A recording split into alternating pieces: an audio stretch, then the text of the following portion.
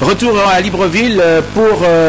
reparler de cette affaire du sénateur Joseph Mukala Kumba. La commission ad hoc sénatoriale s'est rendue à Tshibanga. C'était pour interroger, auditionner les notables, les cadres politiques et administratifs pour avoir des informations assez justes et pour prendre une bonne et juste décision. Là-dessus, le reportage Guy Roger Lendira, Hilarion Akumbu, nos confrères de la presse du Sénat.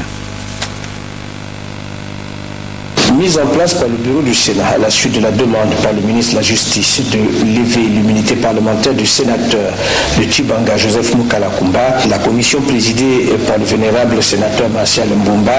vient de séjourner à Tshibanga pour la suite de l'enquête et des auditions de certaines personnalités de la province de la Nyanga, au fin de faire toute la lumière possible sur l'affaire des crimes rituels dont le nom du sénateur Mukala Kumba a été cité. En effet, selon l'avis numéro 82 du 29 novembre 2012 de la Cour constitutionnelle, au sens à donner aux dispositions des articles 38 de la Constitution, 70 et 71 du règlement du Sénat concernant la levée d'immunité parlementaire d'un sénateur, la commission ad hoc doit, à partir des pièces à elle communiquées et du résultat de ses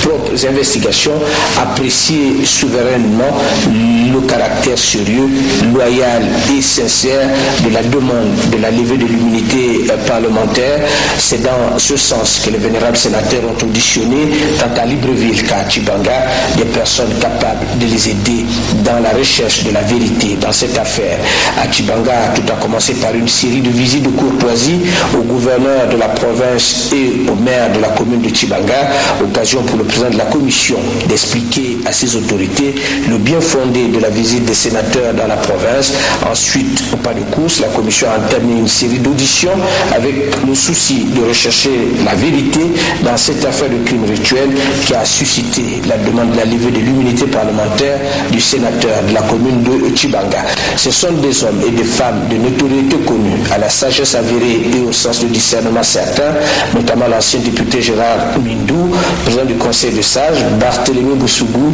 et Mbina Bangola, notable et sage connu de la contrée, ainsi que la mairesse de Tshibanga, le président du conseil départemental de Mungouti et le directeur de la prison de Tshibanga, qui ont échangé avec les vénérables sénateurs pour mieux cerner les avis des uns et des autres afin d'être capable d'apprécier avec justesse et rigueur le bien fondé de la levée ou non de l'immunité parlementaire du sénateur.